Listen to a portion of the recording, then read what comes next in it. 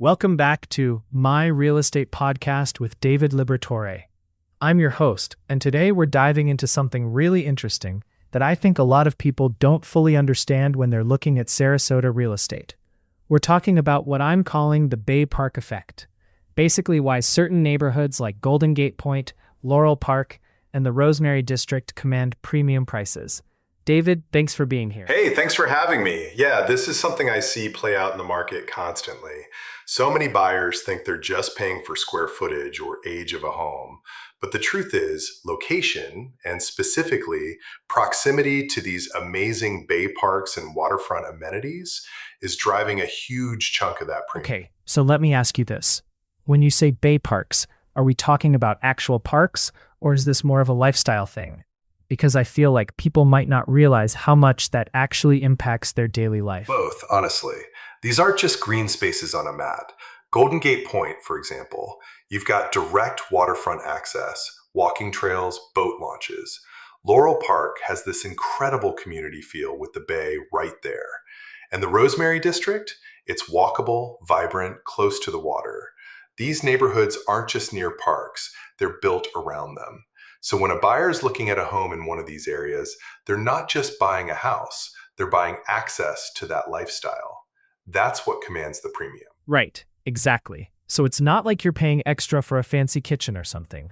You're paying for the ability to walk out your door and actually use these spaces. That's huge. I'm curious though, how much of a premium are we actually talking about here? Is it 10%, 20%? More? It varies depending on the specific location and the home itself, but I've seen Bay Park effect neighborhoods command anywhere from 15 to 30% premiums over comparable homes in other areas. And here's the thing, that premium actually holds value.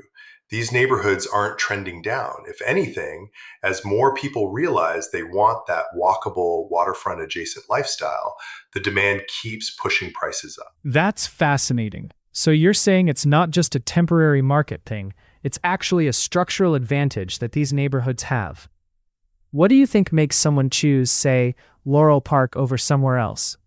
Is it just the park, or is there more to the story? It's the whole ecosystem. You've got the parks, obviously, but you also get the neighborhood character, the community that gravitates toward those areas, the walkability to local restaurants and shops.